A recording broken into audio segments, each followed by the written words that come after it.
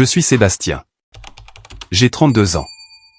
Et pendant une bonne décennie de ma vie, je n'ai pas été traité comme un fils. J'ai été traité comme un compte bancaire humain. Toute mon existence a été réduite à une signature sur un chèque, un filet de sécurité pratique pour des gens qui ne se sont jamais demandé une seule fois si j'étais en train de me noyer. Cette dynamique totalement toxique a atteint son point de rupture absolue un mardi soir à la fin du mois d'octobre. J'étais assis à la table de la salle à manger de mes parents, épuisé après une journée de travail de 14 heures, lorsqu'ils m'ont tendu un piège. Ils ont fait glisser une enveloppe couleur crème sur la table en acajou poli et ont exigé que je paie 275 000 $ pour le mariage luxueux à venir de mon jeune frère Mathieu. Lorsque j'ai refusé, les masques sont complètement tombés. Ma mère a frappé la table de sa main. Son visage s'est déformé sous l'effet d'une rage que je n'avais jamais vue. « Si tu ne veux pas soutenir cette famille, alors pars et ne reviens pas », a-t-elle hurlé. Mon père a hoché la tête, se levant pour m'intimider physiquement, criant que j'étais une honte égoïste. Il m'humiliait, me rabaissait, me jetait comme une ordure juste devant Mathieu, qui restait assis là à boire lentement une gorgée de son vin rouge coûteux, souriant comme s'il avait gagné à la loterie. Mais il y avait un grand secret susceptible de changer leur vie qu'ils ignoraient totalement. Il y a 8 ans, mon père pensait être incroyablement intelligent. Il m'a piégé en me faisant signer une pile de documents juridiques qui, selon lui, n'étaient que de la paperasse fiscale de routine. Il ne s'est pas rendu compte qu'en essayant de dissimuler ses propres crimes financiers, il avait accidentellement transféré l'intégralité du titre de propriété de leur domaine de 4,2 millions de $ directement à mon nom. Il me menaçait de me chasser de la famille, totalement inconscient du fait que j'étais sur le point de les expulser légalement de ma maison. Avant que je ne vous raconte exactement comment j'ai démantelé leurs petits mensonges parfaits et exposé leur gigantesque fraude immobilière au monde entier, cliquez sur le bouton j'aime si vous pensez que le karma finit toujours par réclamer son dû. Et s'il vous plaît, laissez un commentaire ci-dessous pour me dire d'où vous me regardez aujourd'hui. Je les lis tous. Maintenant, retournons dans cette salle à manger suffocante où ma famille a complètement détruit son propre avenir. Le trajet jusqu'à la maison de mes parents à Westchester ce soir-là semblait inhabituellement lourd. Il pleuvait cette pluie d'automne froide et misérable de New York qui vous pénètre jusqu'aux os. Ma mère, Éléonore, avait appelé l'assistante de mon bureau 3 fois ce matin-là, exigeant que je me présente pour un dîner de famille obligatoire. Elle avait présenté cela comme un repas chaleureux pour prendre des nouvelles. Elle m'a dit qu'elle préparait mon poulet rôti au romarin préféré. J'aurais dû savoir que c'était un piège. Dans la famille, un dîner chaleureux n'était jamais juste un dîner. C'était une attaque tactique. C'était une réunion de conseil d'administration où j'étais le seul à ne pas avoir reçu de copie de l'ordre du jour. J'ai garé ma modeste berline dans l'allée circulaire massive de leur domaine colonial. La maison était une vaste propriété immaculée située sur 2 hectares de pelouse impeccable. Mon père, Henri, était le tyran du quartier. C'était le gars qui dirigeait les réunions de l'association des propriétaires d'une main de fer, menaçant de donner des amendes aux voisins si leur gazon dépassait de quelques millimètres. Il projetait cette image d'une immense richesse générationnelle. Il voulait que tout le monde croie que nous étions une famille royale américaine. J'ai déverrouillé la porte d'entrée et suis entré dans le grand foyer. La maison sentait les bougies coûteuses et le poulet rôti que ma mère avait promis. Je suis entré dans la salle à manger formelle, portant toujours mon costume de travail, ma mallette lourde à la main. Mon père était assis à la tête de la longue table en acajou. Il portait une chemise impeccablement repassée, un verre de scotch à la main. Mon frère Mathieu était assis à sa droite. Mathieu avait 28 ans, était parfaitement soigné, portant un pull en cachemire de marque que j'avais techniquement payé le Noël dernier. Mathieu était l'enfant chéri incontesté. Il était charmant. Il était beau et il était totalement et effrayamment allergique au travail dur. J'étais le bourreau de travail. J'étais le gars qui travaillait avec les chiffres en ville. Nous avons fait la conversation pendant les entrées. C'était affreusement faux. Mon père s'est plaint de son handicap au golf et des entrepreneurs incompétents qui travaillaient sur le nouveau patio du country club. Ma mère a parlé de son prochain voyage de dégustation de vin dans la vallée de Napa avec ses amis de la haute société. Mathieu a parlé de sa belle fiancée Camille et de la façon dont ses parents leur achetaient une maison de vacances. Personne ne m'a demandé comment s'était passée ma journée. Personne ne m'a posé de questions sur ma carrière. J'étais juste un spectateur dans leur théâtre du succès. Puis, au moment où les assiettes du plat principal ont été débarrassées par la femme de ménage, l'atmosphère dans la pièce a changé violemment. Les sourires occasionnels sont tombés. Le piège s'est refermé. Mon père a fouillé dans sa mallette en cuir posée sur le sol à côté de lui. Il a sorti une épaisse enveloppe couleur crème, lourde d'un papier de haute qualité. Il a posé sa grande main à plat dessus et l'a fait glisser sur la table en bois poli vers moi. « Ouvre-la, Sébastien » a-t-il dit, sa voix descendant d'un octave pour prendre son ton d'autorité d'entreprise. « Nous avons d'importantes affaires familiales à discuter. » J'ai pris l'enveloppe. J'ai brisé le seau de cire. À l'intérieur se trouvait un tableur méticuleusement détaillé et une pile massive de contrats de fournisseurs. Tout en haut du tableur, surligné en gras noir, se trouvait le total général, 275 000 $. J'ai parcouru la liste détaillée. C'était le budget pour le mariage à venir de Mathieu au Nouvel An. Il comprenait les frais de location du Rainbow Room à Manhattan. Il comprenait 45 000 $ d'arrangements floraux importés. Il comprenait une note d'open bar de 20 000 $, une robe sur mesure pour Camille et une lune de miel en première classe aux Maldives. J'ai levé les yeux, sincèrement confus. Je pensais qu'il voulait que je révise les contrats sous l'angle de la responsabilité juridique. Je m'occupais d'acquisitions financières complexes pour gagner ma vie. Je pensais qu'il voulait mon avis professionnel sur la question de savoir à quel point il se faisait arnaquer. Les coûts de la salle semblent incroyablement gonflés, ai-je dit calmement en posant les papiers. Et ce budget floral est complètement absurde. Vous pourriez utiliser cet argent pour un acompte sur un bien immobilier solide au lieu de le brûler pour une fête de 6 heures. Mon père a poussé un rire sec et condescendant. C'était le genre de rire destiné à vous faire sentir comme si vous aviez 3 ans. Je ne te demande pas de conseils financiers, Sébastien. Je te donne ton échéancier de paiement. Tu dois virer les premiers 60 000 $ d'ici vendredi pour bloquer la compte du Rainbow Room. La pièce est devenue mortellement silencieuse. Le seul son était la pluie frappant les grandes baies vitrées. Je l'ai fixé, attendant la chute. J'ai attendu que Mathieu rie et dise que c'était une blague. Il n'y avait pas de chute. Ma mère s'est penchée en avant, croisant proprement ses mains sur la table. « Mathieu mérite une belle journée » a-t-elle dit. Sa voix dégoulinait de ce ton faux, doux et manipulateur qu'elle utilisait quand elle voulait écraser complètement quelqu'un. La famille de Camille est très en vue, Sébastien. Nous ne pouvons pas passer pour des paysans devant eux. Tu as plein d'argent qui dort sur tes comptes sans rien faire. Il est temps que tu t'affirmes et que tu fasses ta part pour ton frère. J'ai regardé Mathieu. Il a bu une gorgée de son vin, parfaitement détendu. Il n'a même pas eu la décence de me demander l'argent lui-même. Il a juste laissé nos parents agir comme ses recouvreurs de dettes personnelles. Je ne paierai pas pour ça, ai-je dit.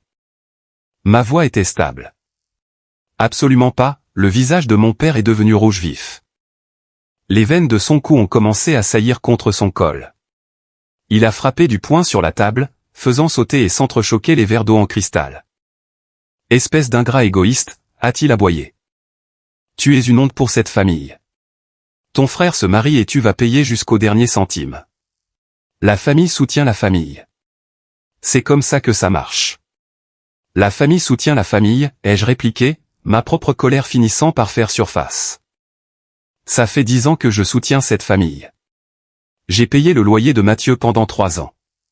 Je l'ai sorti de ses dettes de carte de crédit. J'ai financé sa start-up ratée. La banque est officiellement fermée. Papa, il a 28 ans. Il doit payer son propre mariage. C'est alors que ma mère a porté le coup fatal. Ses yeux sont devenus froids comme de la glace. La fausse douceur a entièrement disparu. Elle a pointé un doigt manucuré directement vers la porte d'entrée. Si tu ne veux pas soutenir cette famille, alors pars et ne reviens pas, a-t-elle sifflé. Ne nous appelle pas. Ne viens pas pour Thanksgiving. Nous n'aurons pas un monstre égoïste et avide assis à notre table. Tu es entièrement coupé de la famille jusqu'à ce que tu apprennes ce que signifie la loyauté. Il s'attendait à ce que je m'effondre. Il s'attendait à ce que je panique à l'idée de perdre ma famille. Il y a 10 ans, quand j'étais désespéré d'obtenir leur validation, j'aurais supplié pour obtenir leur pardon.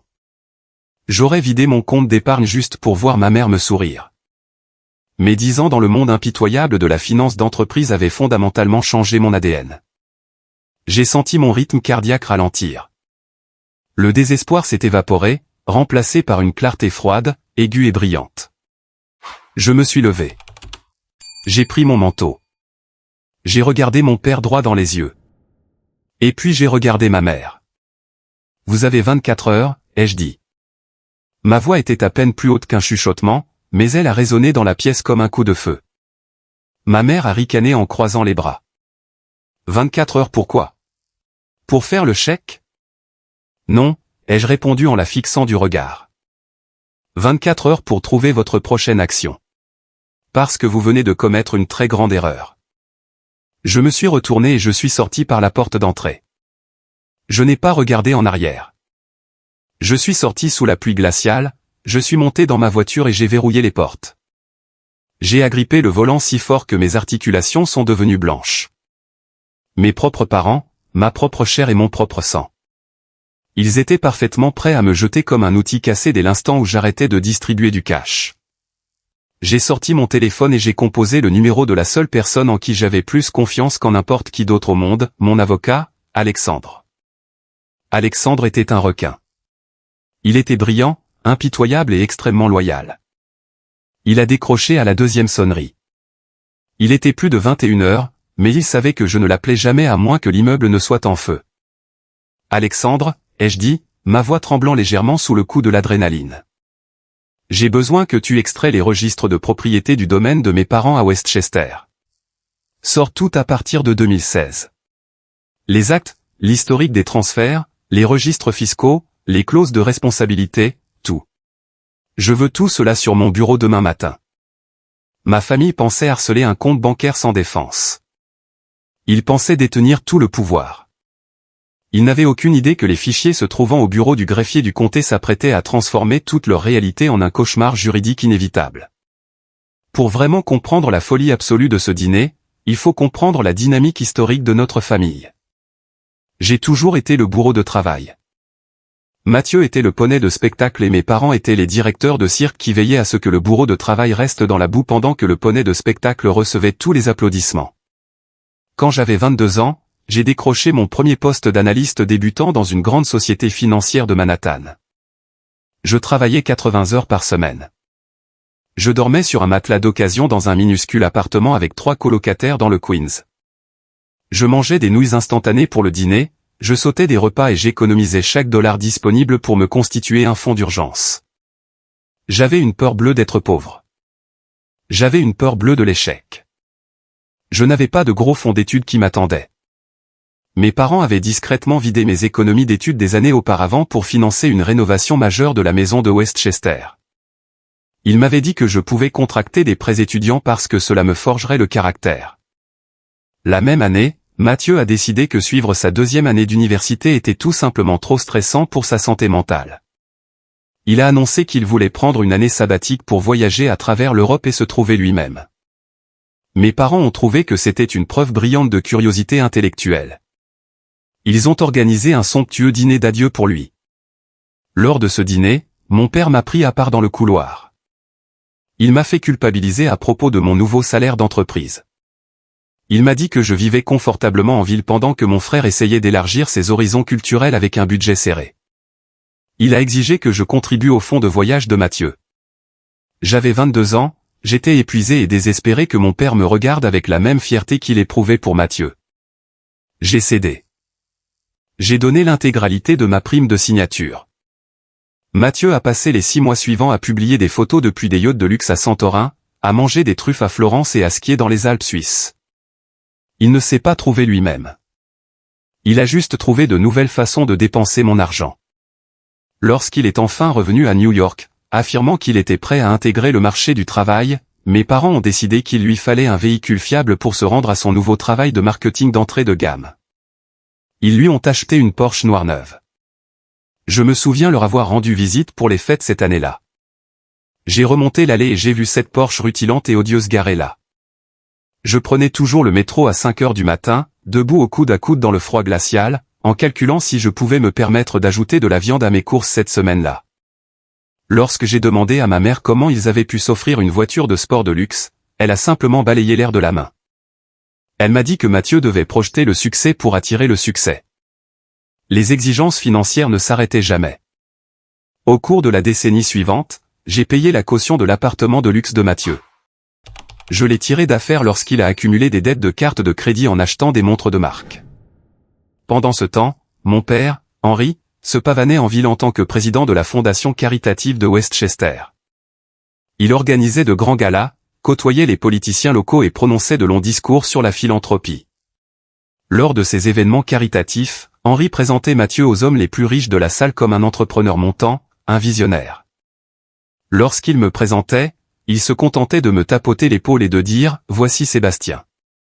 Il travaille avec les chiffres en ville. Il présentait ma carrière comme si je faisais de la saisie de données dans un sous-sol sans fenêtre.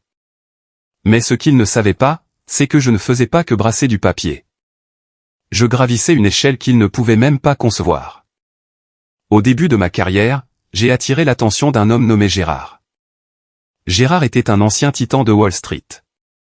Il gérait des milliards de dollars d'actifs, siégeait à plusieurs conseils d'administration d'entreprises et imposait le respect simplement en entrant dans une pièce. Pour une raison quelconque, il a vu mon éthique de travail sans relâche et m'a pris sous son aile. Il est devenu la figure paternelle dont j'avais désespérément besoin. Un soir, nous étions assis dans un salon privé de cigares en ville. Je venais de finir de raconter à Gérard une histoire particulièrement humiliante où mon père s'était attribué le mérite d'une petite promotion que j'avais obtenue. Gérard a tiré une lente bouffée de son cigare, m'a regardé à travers la fumée et m'a donné un conseil qui a fondamentalement changé ma vie. « Sébastien, a-t-il dit, sa voix rocailleuse et sérieuse. Ne les laisse jamais voir ton jeu complet. Dès l'instant où des gens comme ton père connaîtront ta véritable valeur nette, ils essaieront de s'en attribuer le mérite. Ils utiliseront la culpabilité et l'obligation pour te vider de ton sang. Bâtis ton empire dans le silence le plus total. Laisse-les penser que tu es ordinaire. La meilleure armure qu'un homme riche puisse porter est l'illusion d'une vie ordinaire. J'ai pris ces paroles comme une vérité absolue. J'ai travaillé silencieusement et impitoyablement pour gravir les échelons. À 29 ans, j'ai été nommé associé gérant chez Apex Capital. Je gérais un portefeuille de marchés émergents d'une valeur de 850 millions de dollars. J'ai acheté des biens immobiliers commerciaux de façon discrète. J'ai maximisé mes épargnes. Mon salaire et mes primes ont fait grimper ma valeur nette dans les 7 chiffres.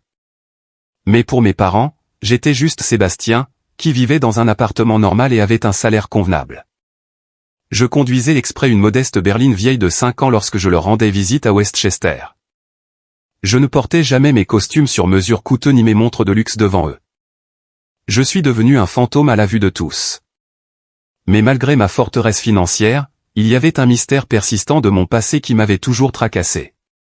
Une tache sombre dans ma mémoire datant de l'hiver 2016. Je venais de conclure une fusion d'entreprises brutale et exténuante. Je n'avais pas dormi depuis 3 jours. Mon cerveau était une vraie purée. Mon père m'a appelé un jeudi soir et a insisté pour que je me rende immédiatement à Westchester. Il a dit qu'il s'agissait d'une urgence juridique majeure concernant la planification de son domaine et sa stratégie d'optimisation fiscale. Je suis entré dans son bureau à domicile complètement épuisé, ne tournant qu'au café noir et à la pure adrénaline. Mon père avait une pile massive de documents juridiques complexes étalés sur son bureau en acajou. Ma mère se tenait près de la porte, se tordant les mains de nervosité, faisant des allers-retours. Mon père m'a tendu un stylo de luxe lourd. « J'ai besoin que tu signes ça tout de suite, Sébastien. C'est juste quelques transferts de propriété de routine. Le gouvernement change les lois fiscales, et je dois protéger le domaine familial contre de nouvelles responsabilités. J'ai déjà tout rempli. Signe juste là où se trouvent les notes adhésives jaunes. » J'ai essayé de lire la première page. Le jargon juridique s'est complètement flouté devant mes yeux fatigués. Je lui ai demandé si nous devions faire examiner les contrats par un avocat indépendant. Mon père a frappé du poing sur le bureau. Il utilisait toujours l'intimidation physique lorsqu'il était contesté. « Est-ce que tu fais confiance à ton père ou pas ?» a-t-il exigé, sa voix résonnant dans la petite pièce. Je gère des biens immobiliers et des actifs d'entreprise depuis 30 ans. J'essaie de protéger ton futur héritage. Signe ces foutus papiers pour que je puisse les déposer au comté demain matin. J'étais trop fatigué pour me battre contre lui. Je voulais rentrer chez moi et dormir dans mon propre lit. Je lui faisais confiance. C'était mon père. J'ai signé mon nom sur 7 pages différentes, je lui ai rendu le stylo et je suis parti. Pendant 8 ans, j'ai pensé que je l'avais juste aidé à contourner une petite niche fiscale. Je n'ai plus jamais repensé à cette nuit-là jusqu'au lendemain matin du dîner d'embuscade. J'étais assis dans mon bureau d'angle à Manhattan, observant la ligne d'horizon, quand mon ordinateur a émis un signal sonore. C'était un email d'Alexandre. L'objet était écrit en lettres majuscules, à lire immédiatement. J'ai ouvert la pièce jointe cryptée. C'était une copie certifiée conforme scannée d'un acte de propriété du bureau du greffier du comté de Westchester. J'ai fait un zoom sur le document. Le document était un transfert de propriété pour le 47 Woodland Drive, Westchester, New York. Le prix d'achat était indiqué à 4,2 millions de dollars. Le vendeur était Henry, le seul propriétaire légal, l'acheteur et le titulaire du titre était Sébastien. Mon cœur a martelé contre mes côtes comme un oiseau en cage. J'ai pris mon téléphone portable et j'ai appelé Alexandre. « Alexandre, dis-moi que je lis mal », ai-je dit, ma voix étant à peine stable. « Tu ne lis pas mal un seul mot, Sébastien », a répondu Alexandre. Sa voix était mortellement sérieuse, dépouillée de son ton sarcastique habituel. « Ce n'étaient pas des documents de planification successorale que tu as signés en 2016. Ton père t'a vendu sa maison il y a 8 ans. Il a transféré l'intégralité du titre, l'intégralité de la charge juridique directement à ton nom. Comment est-ce mathématiquement possible, ai-je exigé. Je ne lui ai pas payé 4 millions de dollars. D'où vient l'argent? Alexandre a poussé un lourd soupir. J'ai creusé dans les numéros d'acheminement financier rattachés à l'acte. Sébastien, ton père avait d'immenses dettes de jeu étouffantes en 2016. Il devait à des gens très dangereux près de 3,8 millions de dollars. Il était sur le point de tout perdre. Il a tiré parti de la valeur nette de la maison, a falsifié des documents de prêt secondaire en utilisant ton dossier de crédit exemplaire, et a essentiellement encaissé la valeur du domaine pour sauver sa propre peau. Il t'a légalement vendu la maison, a empoché l'argent des prêts bancaires frauduleux et a remboursé ses bookmakers. Je me suis senti physiquement mal. La pièce a commencé à tourner. Mon propre père avait commis une fraude hypothécaire en utilisant mon nom et mon crédit pour couvrir sa dégoûtante addiction au jeu. Il m'avait utilisé comme bouclier humain contre les conséquences de ses propres actes. Et il y a autre chose, a continué Alexandre, son ton devenant tranchant et clinique. Puisque tu es le seul propriétaire légal du bien enregistré, tes parents vivent dans ta propriété en tant que locataires non payants depuis 8 ans. Sur la base de la valeur locative juste du marché dans ce code postal spécifique de Westchester, ils te doivent environ 384 000 dollars de loyers arriérés non payés.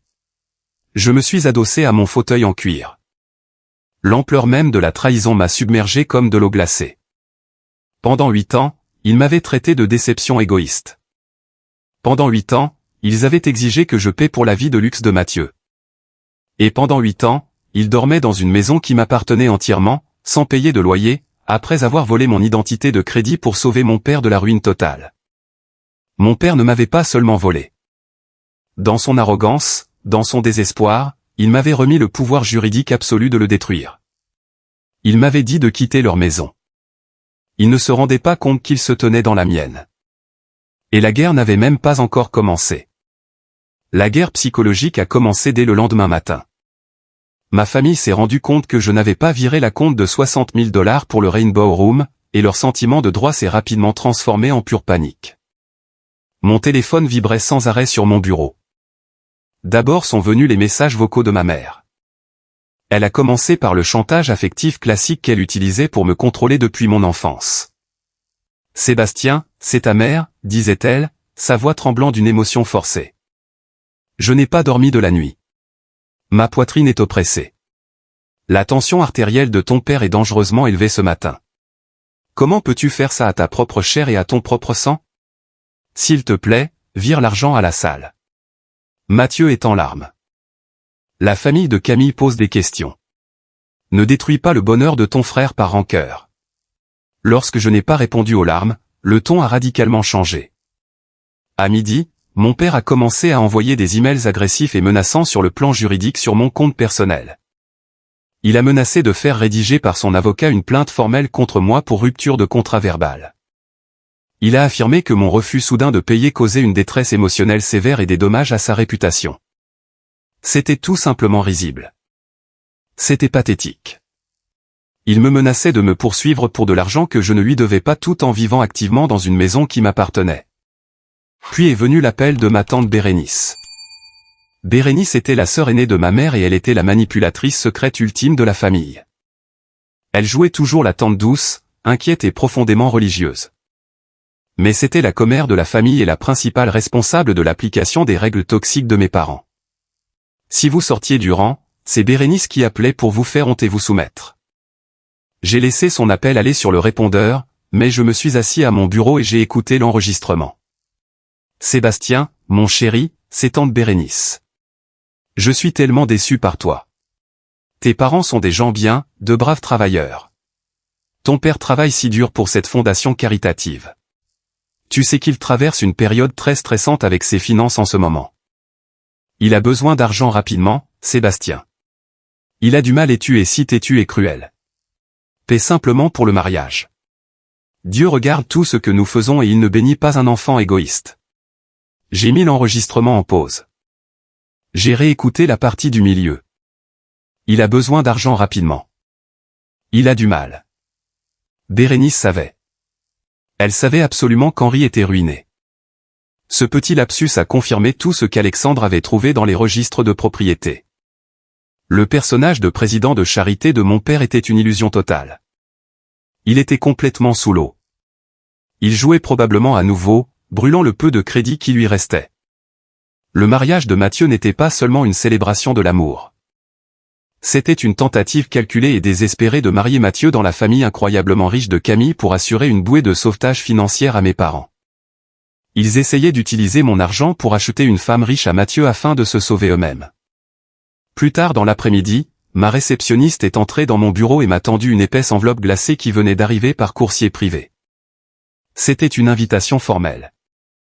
La fondation caritative de Westchester organisait son gala de platine annuel dans exactement 3 semaines à l'Hôtel Plaza. Le thème imprimé en lettres d'or sur le devant était valeurs familiales et richesses communautaires.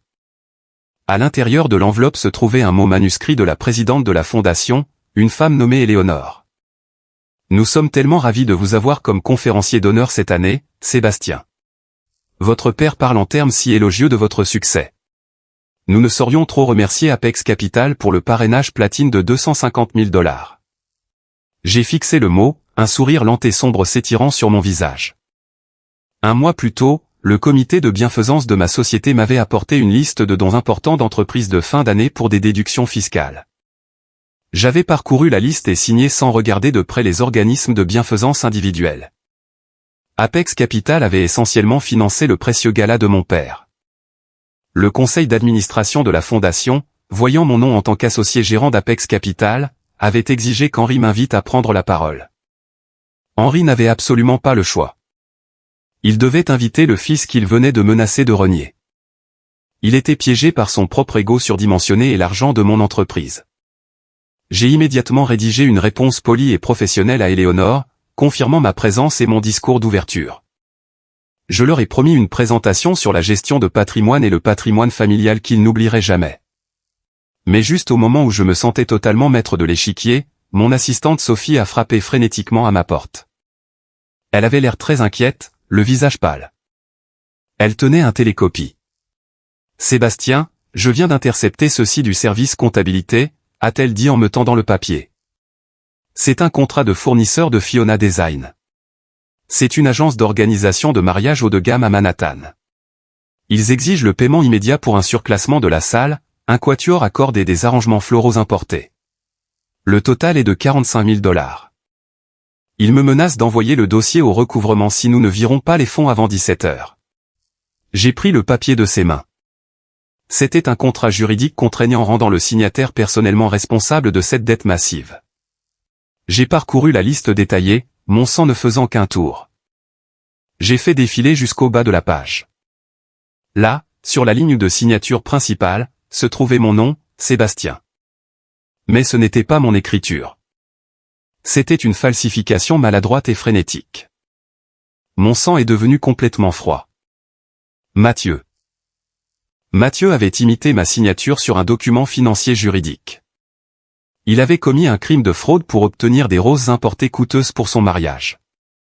Il croyait réellement pouvoir me lier à une dette massive, supposant que je paierais tranquillement pour éviter un scandale familial public.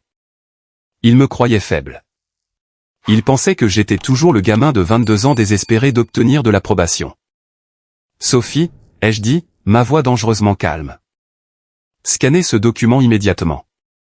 Envoie-le directement sur l'email privé d'Alexandre. Ensuite, bloque tous les appels et emails entrants de Fiona Design.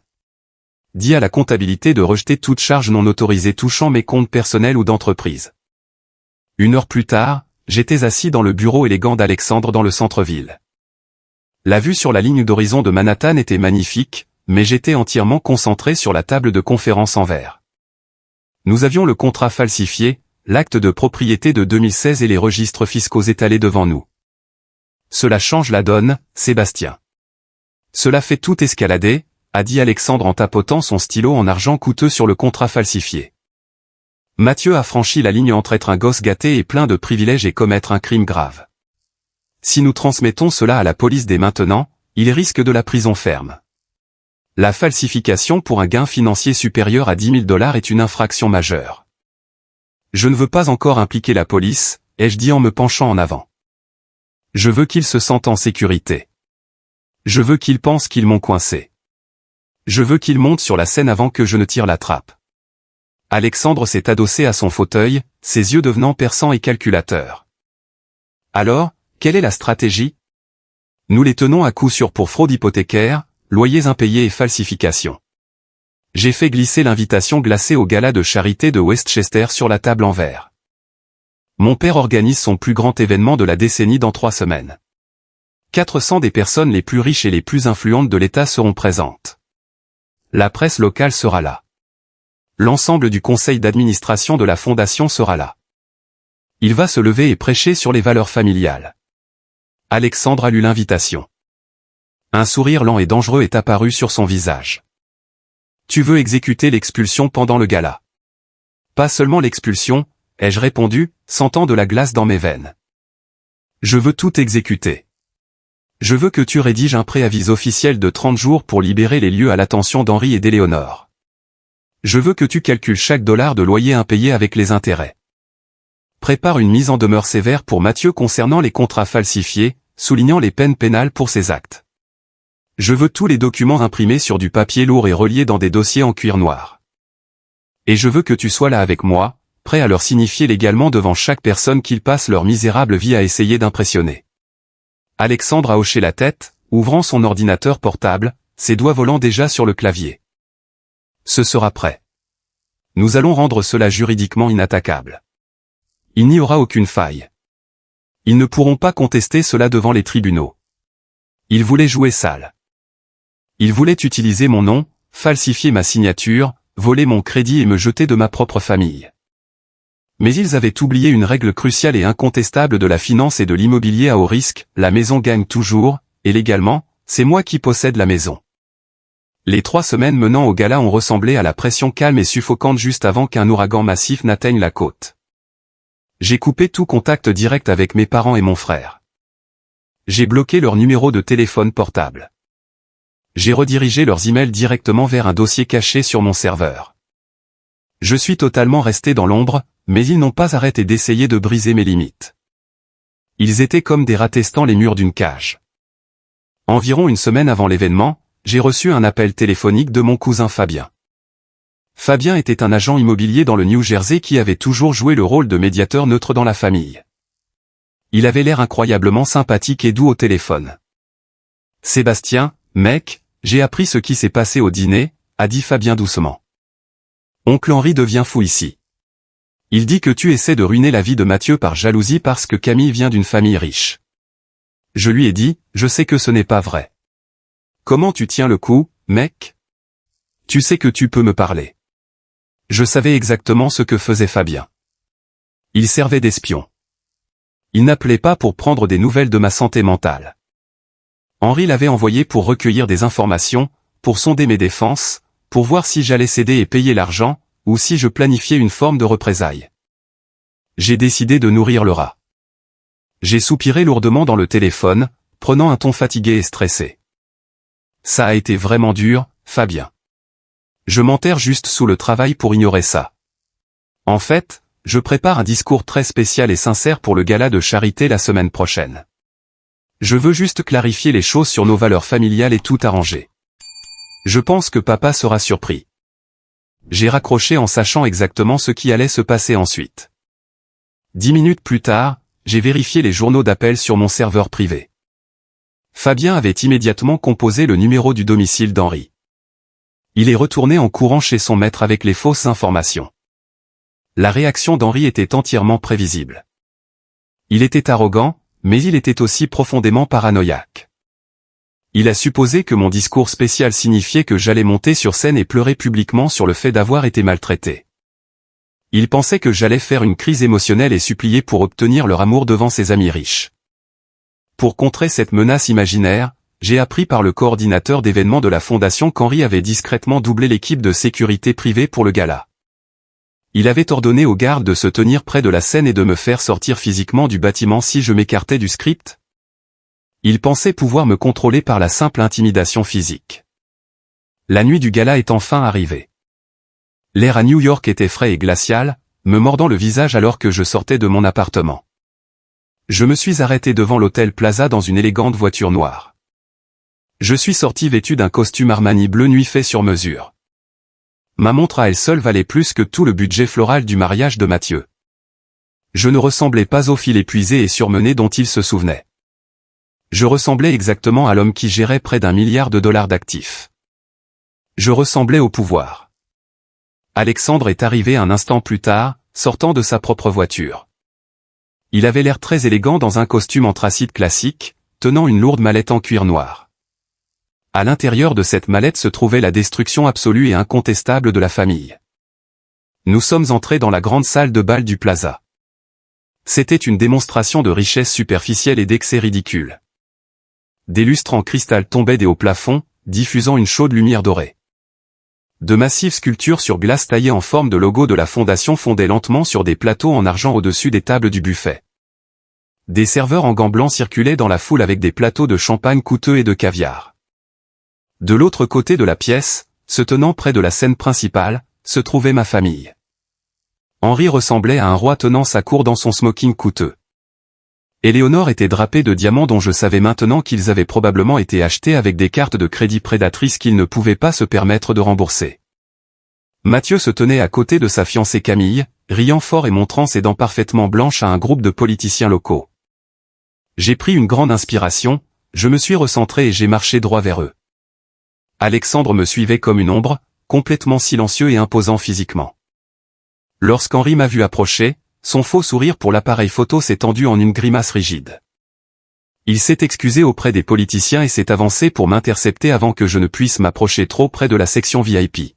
« Sébastien » a-t-il dit, sa voix étant un bas sifflement d'avertissement que moi seul pouvais entendre. « Tu es vraiment venu.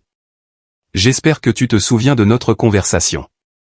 Si tu essaies de faire honte à cette famille ce soir, si tu essaies de faire un coup d'éclat, je ferai en sorte que la sécurité te traîne dans la rue. Ne me teste pas. » J'ai souri calmement en ajustant mes boutons de manchette coûteux. Je suis juste ici pour prononcer mon discours d'ouverture, père. Exactement comme la fondation me l'a demandé. Mathieu s'est approché, Camille s'accrochant à son bras, me regardant de haut en bas. Il a ricané en voyant mon costume, totalement inconscient de sa valeur réelle. Tu essaies toujours de jouer les grands pontes, Sébastien. Les parents de Camille sont assis à la table 4. Ne va pas là-bas gâcher l'ambiance avec ta jalousie. Assieds-toi juste au fond et tais-toi. J'ai regardé Mathieu. J'ai pensé au contrat falsifié de 45 000 $ qui se trouvait dans la mallette d'Alexandre. J'ai pensé au crime qu'il avait commis. J'ai juste souri, un sourire froid et vide. Passe une bonne soirée, Mathieu. Elle va être très mémorable.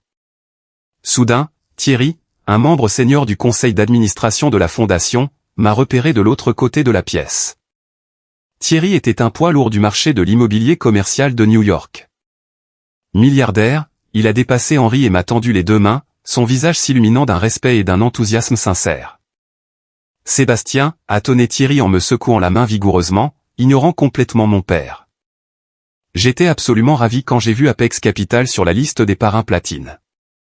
Le travail que tu as fait sur cette acquisition commerciale à Brooklyn le trimestre dernier était tout simplement brillant. Tu as sauvé des millions de responsabilités à ma société. Henri avait l'air d'avoir été frappé par la foudre. Il a fixé Thierry complètement confus, sa mâchoire touchant pratiquement le sol. Thierry. Vous connaissez le travail de mon fils? Thierry a ri fort en me tapant dans le dos. Si je connais son travail? Henri, ton fils est une légende dans le secteur des marchés émergents. Nous avons tous lu son portrait massif dans le Financial Times le mois dernier. Tu es resté discret sur le fait d'avoir un génie financier dans la famille. Tu disais toujours qu'il travaillait dans un bureau à faire de la saisie de données. Le visage d'Henri s'est vidé de toute couleur. Il m'a regardé, se rendant compte pour la toute première fois que le récit qu'il avait construit, le mensonge selon lequel j'étais un raté médiocre qui se débattait, s'effondrait complètement devant ses pairs les plus riches. L'illusion se brisait. J'ai regardé mon père. Mes yeux étaient morts et froids. Je ne lui ai pas dit un mot. Je n'en avais pas besoin. Alors que les lumières de la salle de bal s'éteignaient et qu'une voix dans le haut-parleur demandait à tout le monde de prendre place pour les remarques d'ouverture, Henri a trébuché en montant à la tribune. Il avait l'air secoué, mais son arrogance dévorante a rapidement repris le dessus lorsque le projecteur brillant a frappé son visage. Il était parfaitement convaincu que ses mensonges le protégeraient. J'ai pris place à la table VIP du devant. J'ai touché le cuir frais du dossier de présentation qui reposait sur la table devant moi. J'ai jeté un coup d'œil à ma droite vers Alexandre. Alexandre m'a fait un seul signe de tête me confirmant que tout était prêt. Il était temps de monter sur scène. Il était temps de brûler son faux royaume jusqu'au sol. Le dîner a été servi précisément à 20 h, et toute la production était méticuleusement conçue pour être une démonstration étouffante de royauté banlieusarde. La massive table à manger en acajou, qui pouvait facilement accueillir 40 personnes, était dressée avec la porcelaine fine importée la plus chère de ma mère. De lourds gobelets à eau en cristal captaient la lumière des lustres. Des couverts anciens en argent reposaient lourds et glacés contre les nappes en lin blanc immaculé. Une petite armée hautement coordonnée de personnel de restauration engagé, vêtu de chemises blanches impeccables et de cravates en soie noire, se déplaçait silencieusement et efficacement dans la pièce. Il versait du cabernet sauvignon de millésime dans les verres en attente des invités d'élite et servait des assiettes fumantes de filets mignons parfaitement saisis accompagnés de queues de homard pochées au beurre. C'était exactement le genre de repas destiné à impressionner. C'était une performance calculée destinée à rappeler à chaque politicien, investisseur et membre de la haute société assis dans cette pièce la pure puissance financière et le statut social apparemment intouchable de la famille dans notre communauté aisée. J'étais assis à l'extrémité la plus éloignée de la table, entièrement en raison de la conception soigneuse de mon père. À ma gauche immédiate se trouvait la lourde porte battante en bois menant à la cuisine de restauration. Le personnel entrait et sortait constamment, leurs coudes frôlant le dossier de ma chaise, me traitant plus comme un obstacle que comme un invité. À ma droite se trouvait une femme âgée profondément sourde qui s'avérait être la mère du commissaire en chef du conseil d'urbanisme de la ville. Elle a passé tout le premier service à fixer d'un air absent sa bisque de homard, complètement isolée de la conversation. J'étais géographiquement et socialement isolé du centre du pouvoir. J'étais placé exactement là où mon père croyait fermement que ma place se trouvait dans ce monde, aux marges absolues du patrimoine familial, complètement hors de vue et hors d'esprit jusqu'au moment précis où il aurait besoin d'extraire quelque chose de moi. À la tête de la table, mon père était dans son élément incontestable.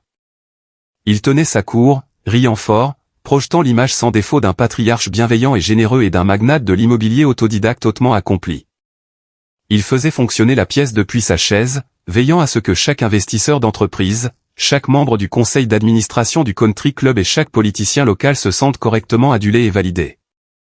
Directement à sa droite se trouvait Mathieu, l'enfant chéri incontesté de la famille. Mathieu portait une veste de dîner en velours bleu nuit faite sur mesure qui coûtait probablement plus cher que ma toute première voiture. Il parlait fort, projetant intentionnellement depuis son diaphragme pour s'assurer absolument que sa voix dépassait le bruit ambiant et poli de la pièce comble. Il ciblait agressivement Monsieur Rochefort, le magnate de l'immobilier aux cheveux argentés assis quelques sièges plus loin. Mathieu lui présentait ses idées pendant le dîner, balançant des mots à la mode de l'industrie sur les rendements des biens immobiliers commerciaux, le levier de la dette à haut risque et la maximisation des marges bénéficiaires trimestrielles. La clé absolue pour survivre aux fluctuations actuelles du marché, déclarait Mathieu à haute voix en buvant une longue gorgée profondément arrogante de son scotch âgé et coûteux, c'est une acquisition très agressive. Vous ne pouvez tout simplement pas avoir peur d'un peu de levier lourd.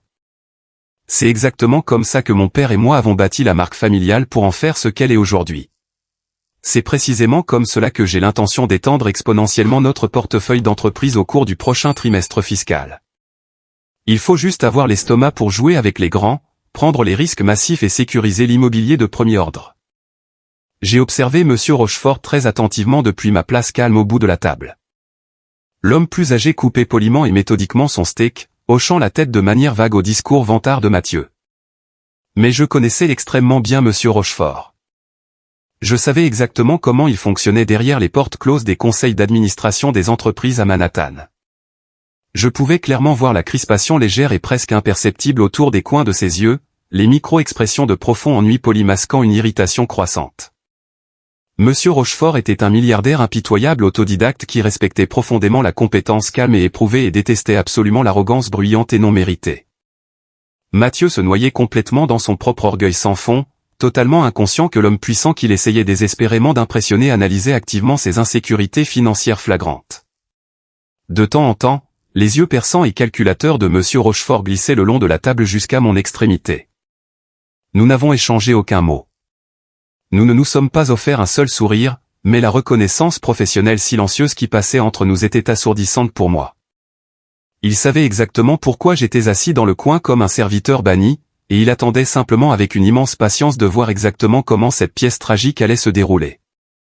Alors que le personnel de restauration débarrassait de manière fluide les lourdes assiettes et commençait à verser du champagne frais et pétillant pour le service des desserts à venir, le bruit ambiant dans la salle à manger a changé nettement. Mon père s'est levé lentement à la tête de la table.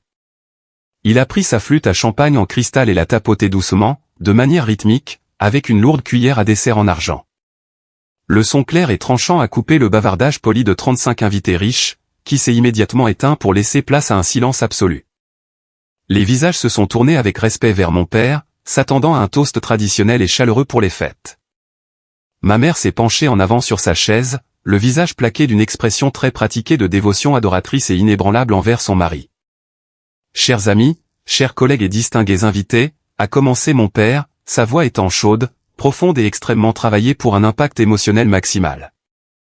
Je veux remercier personnellement et profondément chacun d'entre vous d'avoir pris le temps de se joindre à notre famille ce soir dans cette belle demeure. Noël est un moment de profonde réflexion.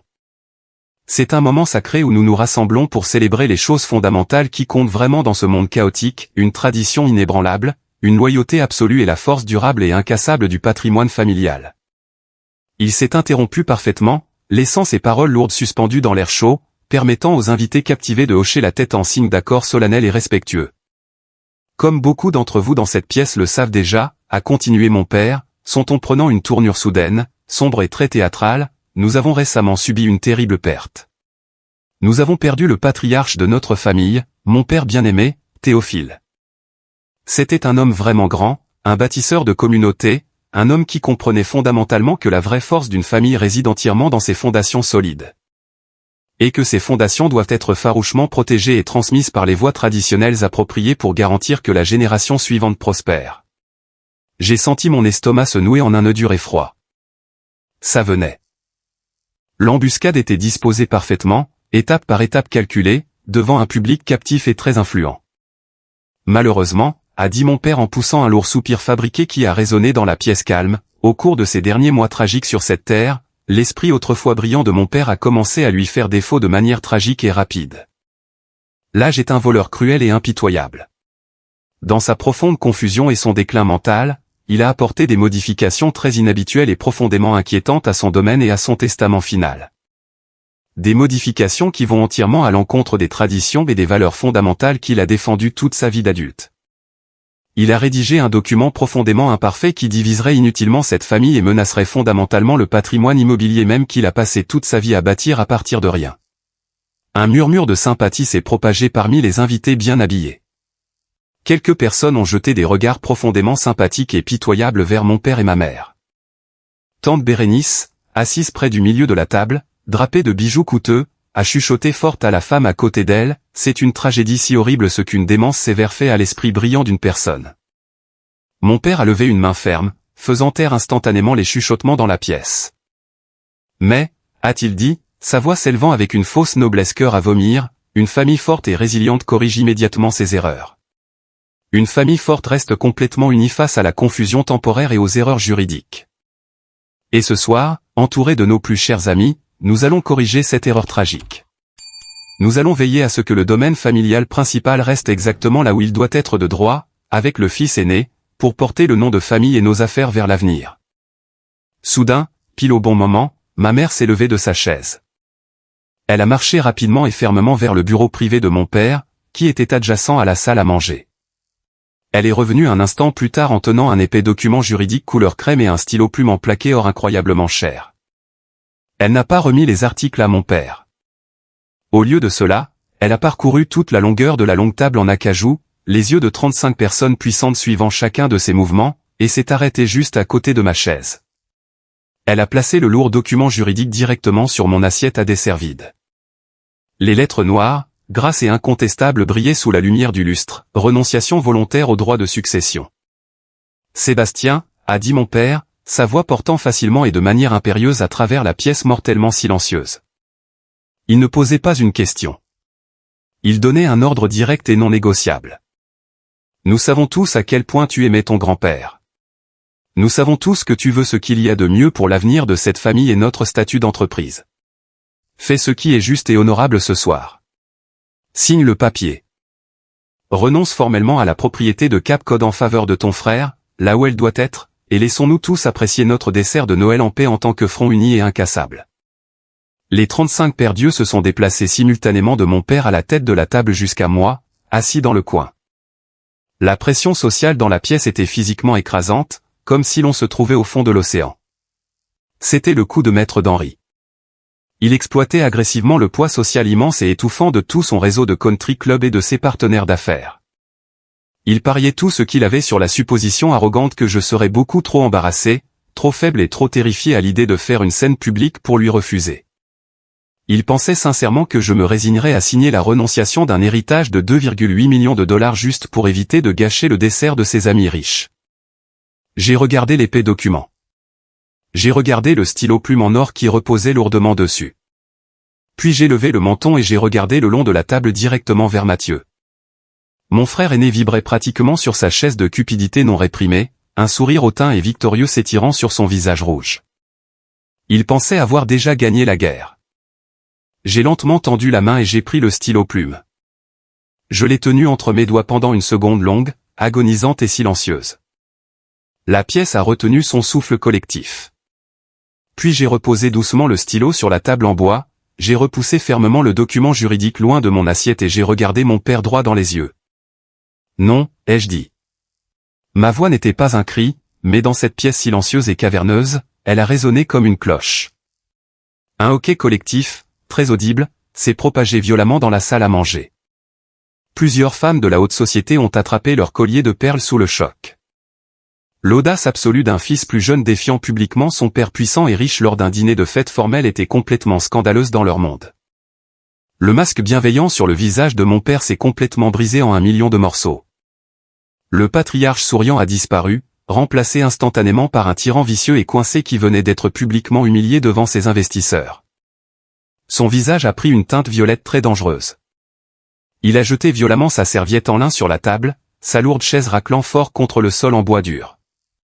Il a parcouru toute la longueur de la table à une vitesse terrifiante. Avant même que je ne puisse repousser ma chaise pour me lever et me défendre, il me surplombait, bloquant la lumière du lustre.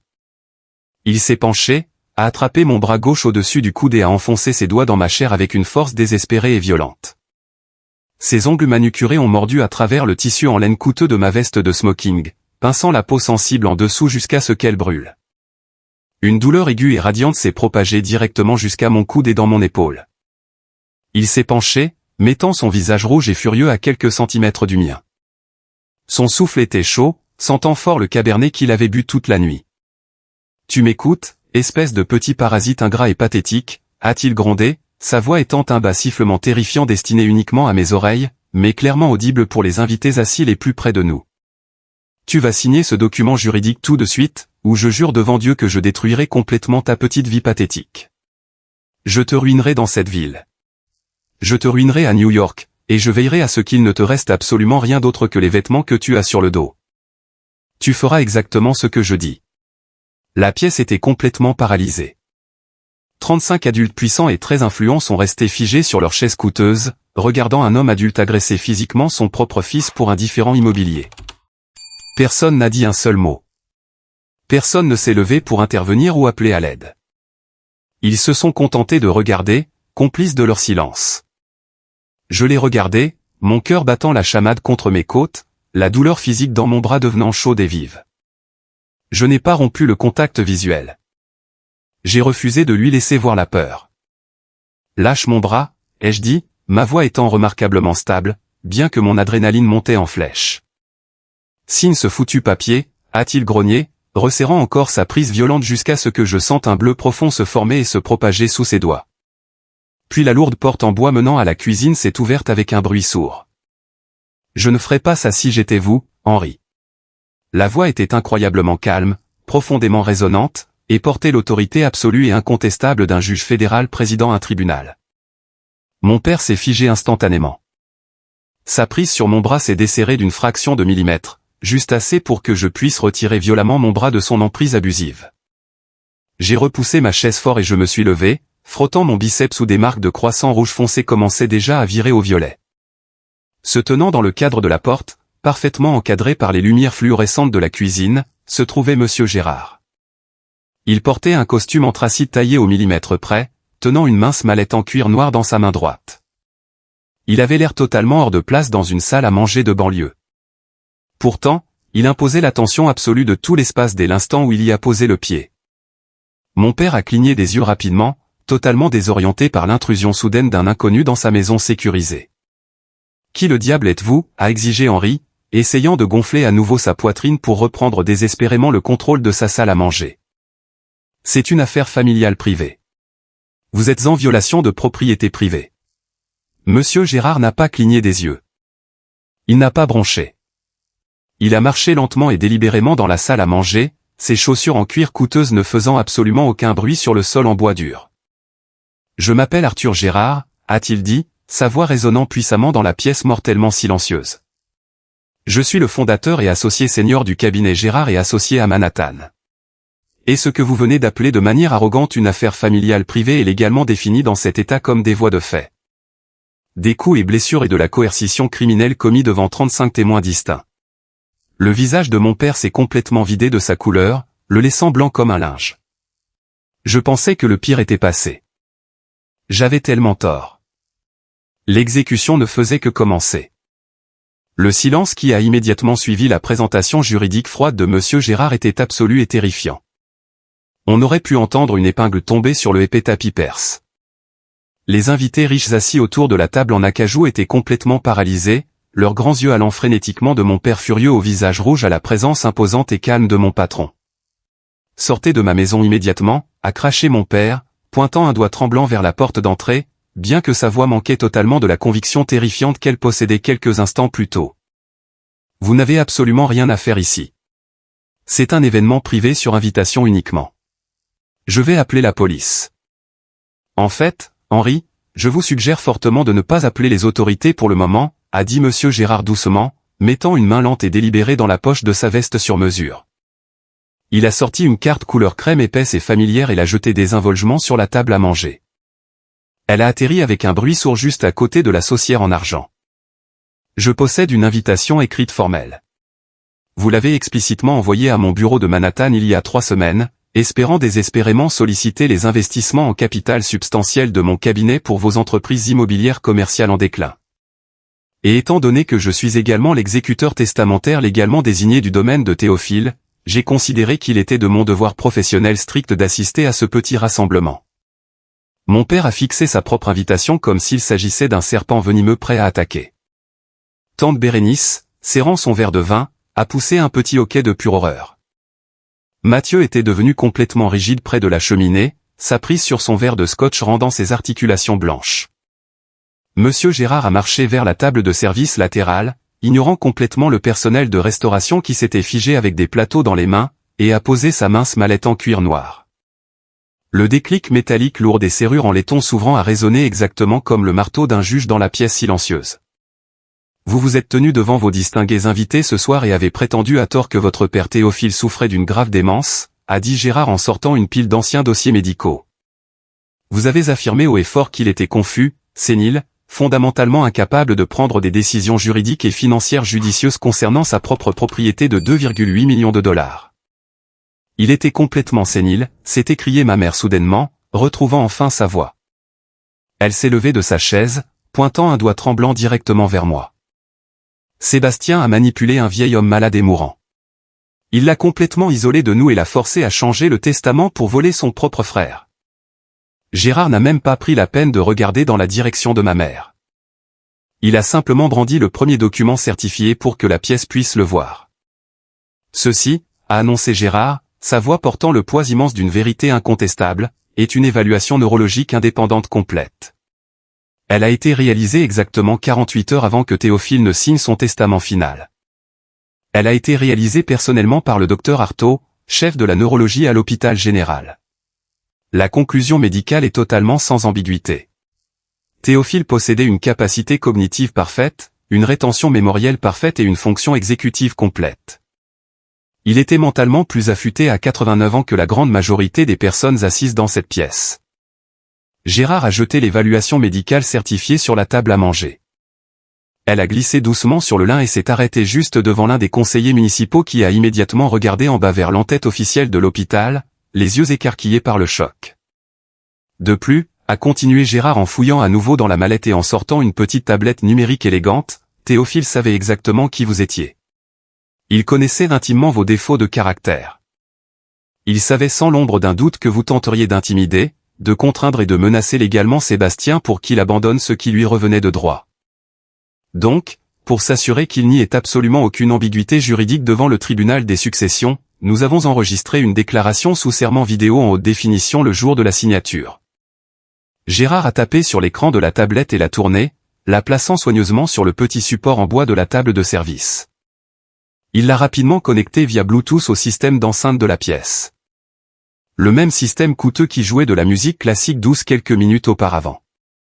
Soudain, la voix de mon grand-père a résonné dans la vaste salle à manger. Ce n'était pas la voix faible, frêle et tremblante d'un homme mourant souffrant de démence. C'était la voix forte, autoritaire et profondément rocailleuse du patriarche qui avait bâti l'empire immobilier familial à partir de rien. Si vous regardez cet enregistrement spécifique, la voix enregistrée de Théophile a résonné sur les murs, profonde et inébranlable. Cela signifie que je suis mort et que mon fils en ria, comme on pouvait s'y attendre. Tenter d'annuler mes dernières volontés par pure avidité et par un besoin pathétique de contrôle. Mon père s'est physiquement reculé, chancelant d'un demi-pas en arrière comme s'il venait d'être brutalement giflé au visage par une main invisible. Ma mère a immédiatement couvert sa bouche de ses deux mains, laissant échapper un sanglot étouffé de totale humiliation. Je lègue le domaine de Cap Cod dans son intégralité à mon plus jeune petit-fils, Sébastien, a continué l'enregistrement, le visage de Théophile sévère et intransigeant à l'écran. Non pas parce qu'il l'a demandé. Sébastien ne m'a jamais demandé un seul centime de toute sa vie. Je le lui lègue parce qu'il est la seule personne dans cette lignée de sang qui possède une boussole morale fonctionnelle. Henri, tu es un tyran aveugle qui privilégie les apparences superficielles au bien-être de ta propre chair et de ton propre sang. Mathieu, tu es un imbécile gâté, arrogant et totalement incompétent qui va rapidement dilapider tout ce qu'il touche. Sébastien est le seul apte à porter mon véritable héritage.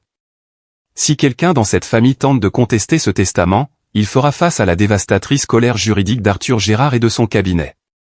L'audio s'est coupé avec un déclic sec. Le lourd silence est revenu dans la pièce, plus épais, plus lourd et beaucoup plus étouffant qu'auparavant. Henri hyperventilait, sa poitrine se soulevant rapidement sous sa chemise de smoking coûteuse. Il a regardé autour de la pièce ses invités captifs en pure panique. Les politiciens locaux, les investisseurs d'entreprise, les membres du conseil d'administration du country club. Ils le fixaient tous directement avec un mélange toxique de choc profond, de pitié et de dégoût absolu. La grande façade était complètement, irréparablement brisée. Le patriarche bienveillant était mort. Le tyran abusif, avide et manipulateur était pleinement exposé sous les lumières du lustre. C'est complètement ridiculou, s'est soudainement écrié Mathieu en s'éloignant agressivement de la cheminée. Son visage était couvert de taches rouges, sa voix déraillant violemment sous le coup de la panique. Il a pointé un doigt tremblant et accusateur directement vers moi. C'est juste un modeste assistant juridique pathétique. Il ne peut même pas se permettre de payer les taxes foncières annuelles sur un domaine de près de 3 millions de dollars. Il n'a même pas de vraie carrière en ville. Il va juste le vendre immédiatement et voler l'argent pour lui-même. Monsieur Gérard a arrêté de ranger sa mallette et s'est tourné lentement pour regarder mon frère aîné.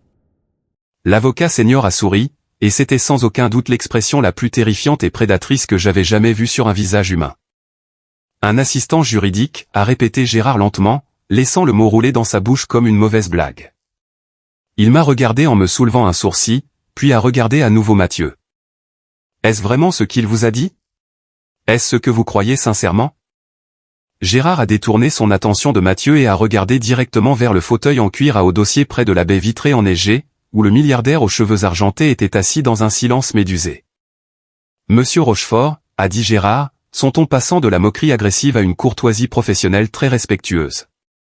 C'est un plaisir de vous revoir. Je crois que vous connaissez déjà très bien mon collaborateur principal, Sébastien. Chaque tête dans toute la salle à manger, y compris celle de mon père et de Mathieu, s'est tournée si vite qu'ils se sont pratiquement fait un coup du lapin pour regarder le magnate de l'immobilier. Monsieur Rochefort s'est levé lentement de son fauteuil en cuir. Il a méthodiquement boutonné sa veste de costume, son expression étant extrêmement sombre et sévère. Il a regardé mon père avec un mépris total, puis m'a regardé directement avec un profond respect. Je le connais très bien, a dit Rochefort, sa voix profonde et impérieuse coupant la tension. En fait, Henri, lorsque ma société faisait face à une tentative de prise de contrôle au style très agressif de 70 millions de dollars le printemps dernier, je n'ai pas engagé ton cabinet. J'ai engagé le cabinet de Gérard et l'homme brillant qui s'est assis en face d'une salle remplie de requins de la finance. L'homme qui a restructuré à lui seul mes actifs cachés et a sauvé tout mon empire immobilier d'une liquidation agressive. Rochefort s'est interrompu pour un effet dramatique, faisant un geste respectueux et ouvert vers moi. Point, c'était ton fils Sébastien. C'est sans aucun doute l'un des avocats d'affaires les plus brillants, impitoyables et les mieux rémunérés avec lesquels j'ai eu le plaisir de travailler dans toute ma carrière. Ce n'est absolument pas un assistant juridique, Henri. C'est un tireur d'élite du droit, et tu le traites comme une ordure. Le hoquet collectif des 35 invités cette fois a été assourdissant. C'est me faisait le son d'une hiérarchie sociale entière qui s'effondrait en temps réel. Mon père m'a regardé, ses yeux grands ouverts de terreur, sa mâchoire s'ouvrant véritablement. La réalisation horrifique l'a frappé de plein fouet. Le fils calme qu'il avait ignoré pendant des décennies, le fils qu'il avait constamment rabaissé, le fils qu'il venait d'agresser physiquement devant des témoins, était un avocat d'affaires puissant de Manhattan qui détenait littéralement les clés de l'empire de ses plus grands investisseurs. Sébastien, a bégayé mon père, sa voix devenant soudainement faible, pathétique et à peine audible. Tu es avocat? Tu ne m'as jamais dit. Je suis collaborateur principal en passe de devenir associé le mois prochain, papa, ai-je dit, ma voix étant glaciale, dépourvue de toute sympathie. Mais monsieur Gérard n'avait pas fini. L'exécution brutale n'était qu'à moitié terminée. Maintenant, a dit Gérard en tournant son regard prédateur et impitoyable vers mon frère aîné, qui transpirait abondamment dans sa veste en velours coûteuse, abordons enfin le besoin désespéré et maniaque de Mathieu pour l'argent liquide provenant du domaine de Cap Cod. Voyez-vous, Théophile n'a pas seulement engagé mon cabinet pour rédiger son testament final.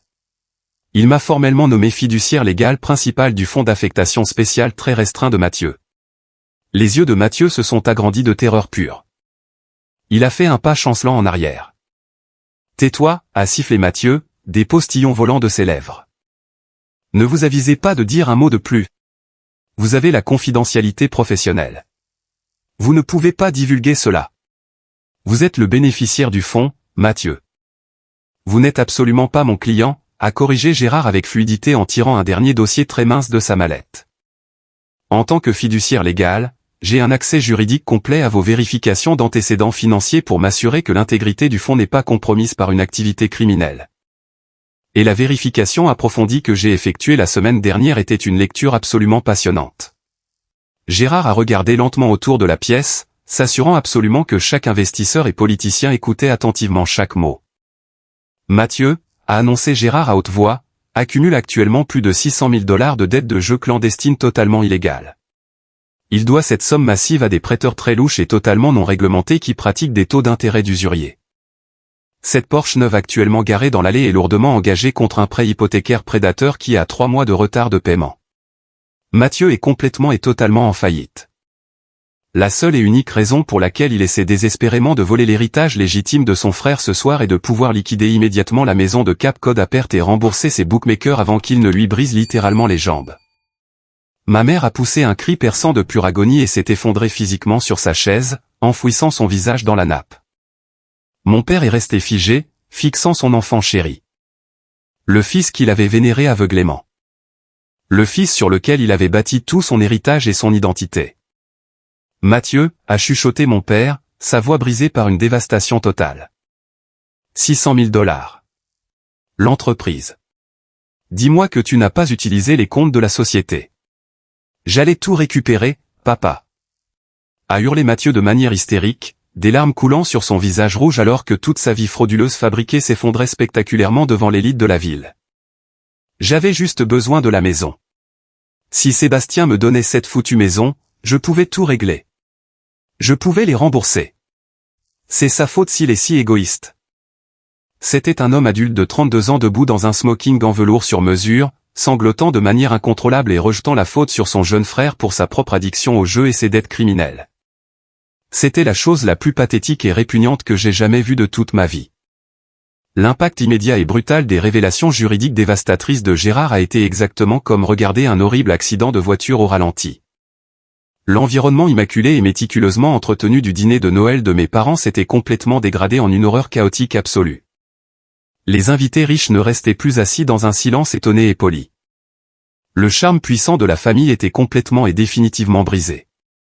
Dans le monde impitoyable de la haute société de banlieue, il y a 2 péchés absolus et impardonnables que vous pouvez commettre, la violence publique et incontrôlée contre les membres de votre propre famille, et une insolvabilité financière massive et scandaleuse. Mon père et mon frère aîné venaient de commettre spectaculairement ces 2 péchés à une échelle massive, en direct et en personne, devant les personnes mêmes dont ils avaient désespérément besoin pour survivre dans le monde des affaires. Monsieur Rochefort a été la toute première personne à bouger. Il n'a pas dit un mot à la pièce. Il s'est simplement penché, a pris le manteau en cachemire coûteux de sa femme sur le dossier de sa chaise, l'a aidé à l'enfiler et s'est tourné vers le grand foyer. Mon père a paniqué complètement. Il s'est pratiquement bousculé devant ma mère qui sanglotait pour intercepter le milliardaire avant qu'il ne puisse atteindre la lourde porte d'entrée en chaîne. « Arthur, s'il vous plaît, attendez », a supplié mon père, sa voix montant haut et désespérée, se dépouillant complètement de tout reste de fierté et de dignité.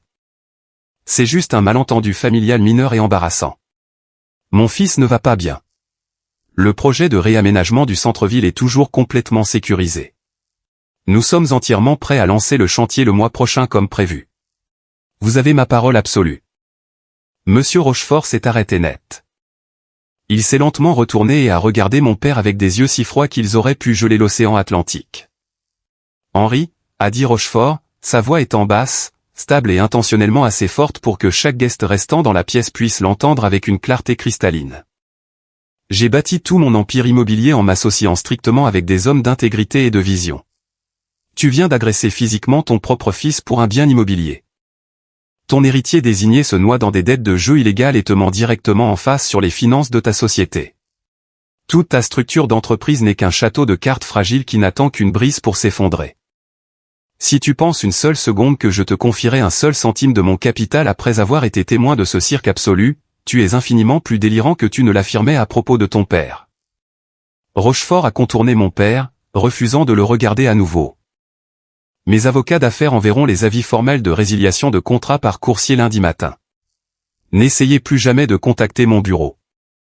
Avec cette phrase finale dévastatrice, le milliardaire est sorti par la porte d'entrée, la laissant grande ouverte à l'air glacial de l'hiver. C'était le coup de grâce incontestable. Les dominos sociaux et financiers sont tombés immédiatement et rapidement. Voyant le plus grand investisseur de la ville couper complètement et publiquement ses liens avec la famille, le reste des invités riches s'est précipité dans une panique totale pour se distancer des retombées radioactives. Les politiciens locaux ont soudainement rappelé des appels téléphoniques urgents qu'ils devaient absolument passer. Les investisseurs se sont précipités vers le vestiaire. Les membres du conseil d'administration du Country Club ont échangé des chuchotements horrifiés et dégoûtés en sortant rapidement dans la nuit froide, planifiant déjà le renvoi de mon père du conseil. Les voituriers dans l'allée étaient complètement débordés alors que 35 invités d'élite demandaient leur voiture de luxe en même temps, désespérés de fuir la scène du scandale. En l'espace d'exactement 15 minutes agonisantes, la maison massive de 700 mètres carrés s'est retrouvée complètement vide d'invités. Les seules personnes qui restaient dans la vaste salle à manger silencieuse étaient le personnel de restauration engagé, qui fixait gêné le sol en souhaitant être invisible, et ma famille biologique complètement brisée et ruinée. Ma mère était effondrée sur sa chaise, son mascara coûteux coulant entraîné sombre sur son visage pâle, fixant le vide. Mathieu était assis sur le sol en bois dur près de la cheminée, la tête enfouie dans ses mains, se balançant légèrement d'avant en arrière, murmurant des choses incohérentes. Mon père se tenait complètement seul au centre exact de la pièce, regardant autour de lui les chaises vides. Tout l'empire immobilier et le statut social qu'il avait passé 30 ans à bâtir par la manipulation, l'intimidation et les fausses apparences avaient été complètement vaporisés en moins de 20 minutes. Il a lentement regardé Monsieur Gérard, qui rangeait calmement ses documents médicaux dans sa mallette. Puis Henri a tourné son regard vaincu vers moi. La colère narcissique avait complètement disparu de ses yeux. La rage incontrôlable s'était entièrement éteinte, ne laissant rien d'autre derrière elle qu'une panique animale et pathétique. Sébastien, accro à mon père, sa voix étant entièrement brisée. Il a fait un pas hésitant et tremblant vers moi. Il a levé les mains dans un faible geste de reddition. Sébastien, s'il te plaît, tu dois nous aider. Tu connais Arthur Rochefort personnellement. Tu es son avocat principal. Tu peux lui parler. Tu peux lui expliquer que tout cela n'était qu'un terrible malentendu émotionnel. S'il retire son financement massif, la banque va immédiatement rappeler tous les prêts commerciaux de l'entreprise. Nous allons perdre toute la société. Nous allons perdre cette maison. Nous serons à la rue. J'ai regardé l'homme brisé qui se tenait devant moi. C'était exactement le même homme qui, 30 courtes minutes auparavant, avait violemment enfoncé ses ongles dans mon bras et m'avait explicitement menacé de détruire toute ma vie et ma carrière si je n'obéissais pas à ses ordres. Maintenant, il me suppliait littéralement pour son salut financier. Je n'ai pas souri. Je ne me suis pas vanté. J'ai lentement levé ma main droite et j'ai déboutonné le poignet de ma manche gauche. J'ai méthodiquement relevé le tissu blanc de ma chemise, exposant entièrement mon biceps gauche à la lumière du lustre.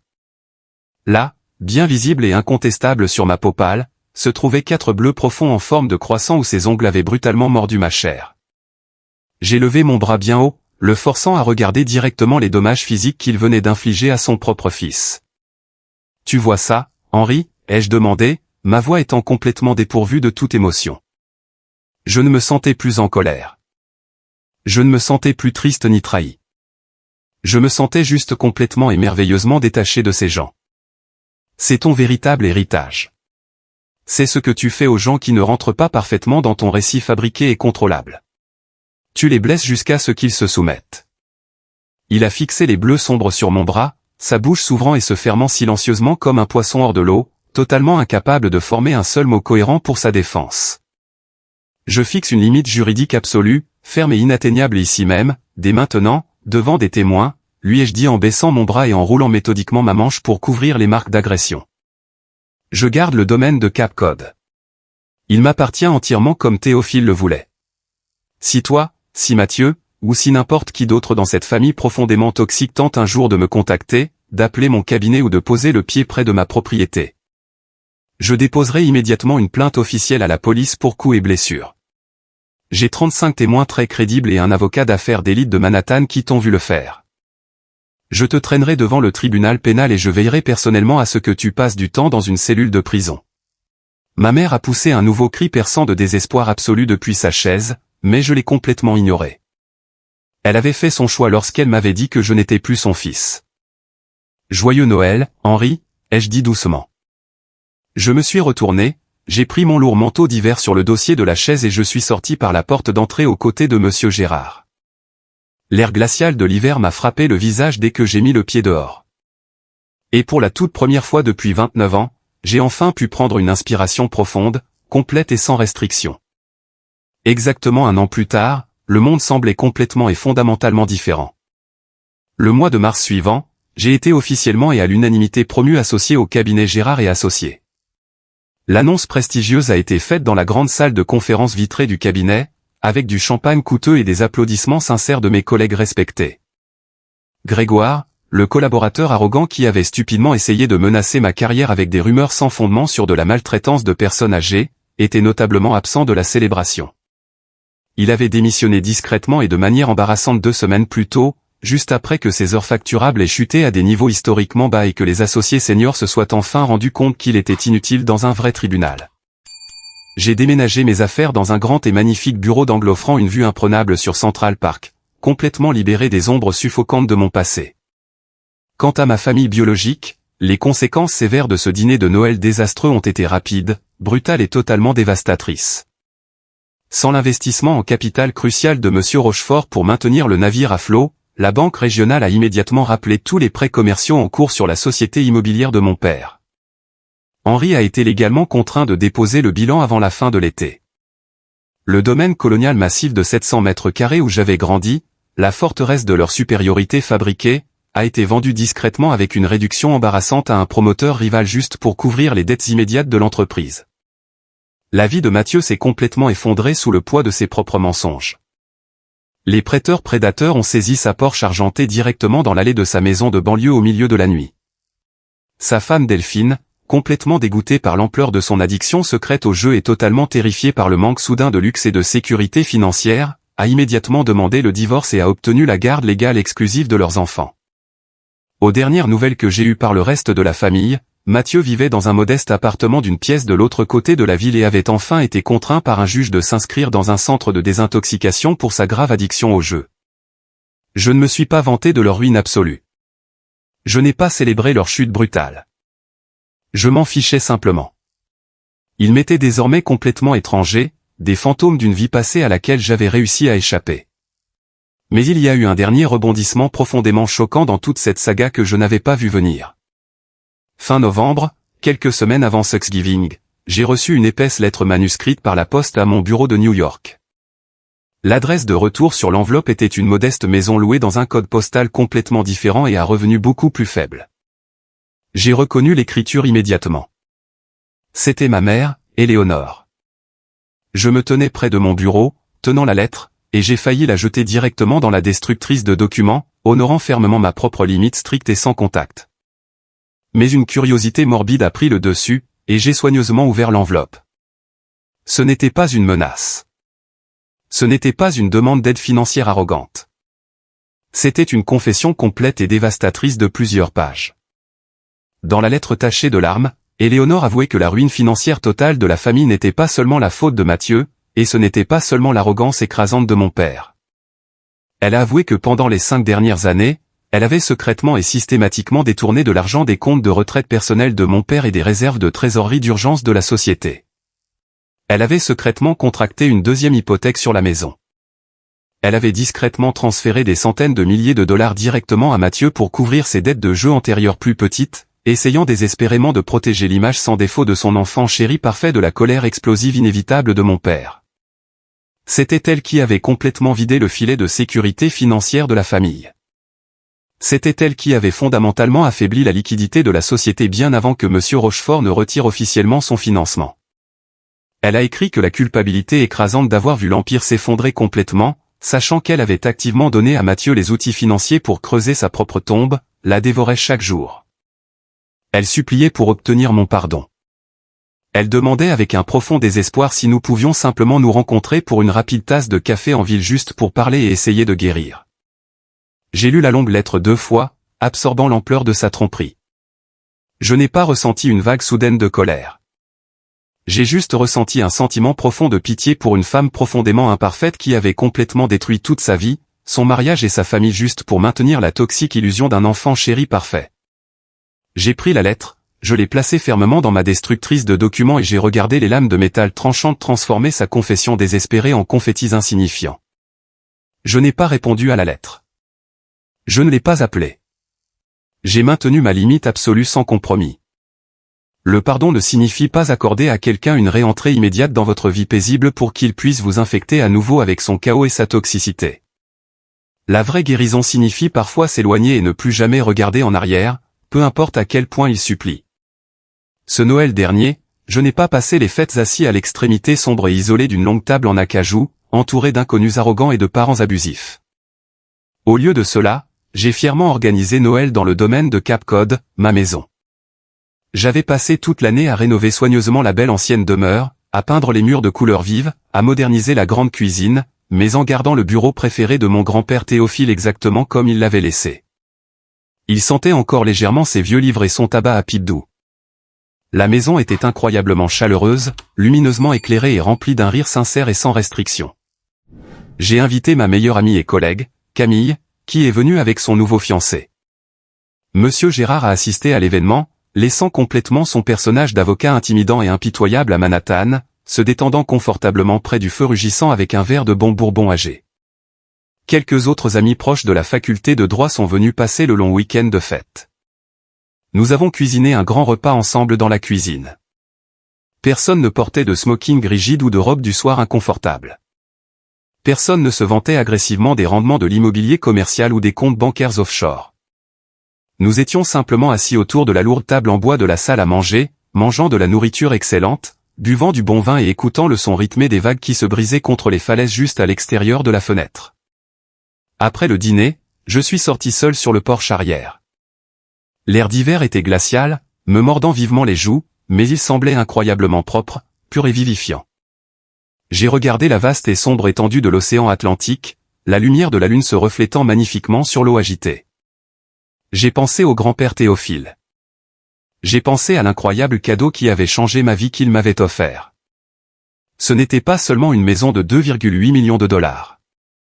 Il m'avait donné l'arme juridique ultime pour me libérer définitivement d'une vie d'abus émotionnels sévères. Il m'avait donné la poussée finale nécessaire dont j'avais besoin pour réaliser pleinement ma propre valeur incontestable dans ce monde. On vous répète constamment que les liens du sang sont plus forts que tout. On vous dit que vous devez absolument tout à votre famille biologique, peu importe la façon dont elle vous traite, simplement parce que vous partagez un code génétique. C'est le mensonge le plus grand et le plus toxique qu'on nous vende constamment dans notre société.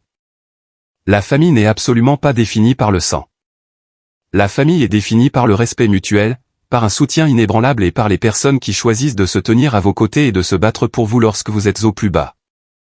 Je n'ai pas perdu une famille cette nuit-là lors de ce dîner de Noël désastreux. J'ai réussi à exciser chirurgicalement un cancer mortel de ma vie. Et dans le vaste espace paisible et vide qu'ils ont laissé derrière eux, j'ai bâti une vie magnifique et épanouissante remplie de personnes qui me chérissent véritablement pour ce que je suis. Merci beaucoup d'avoir pris le temps d'écouter mon histoire ce soir. Avez-vous déjà été confronté à quelque chose d'incroyablement similaire avec vos propres membres de famille toxiques? Avez-vous déjà dû tracer une ligne ferme et impitoyable et vous éloigner des personnes qui étaient censées vous aimer le plus? N'hésitez pas à partager votre histoire dans les commentaires ci-dessous et n'oubliez pas d'aimer la vidéo et de vous abonner à la chaîne pour ne pas manquer la prochaine aventure. Restez fort. Connaissez toujours votre véritable valeur.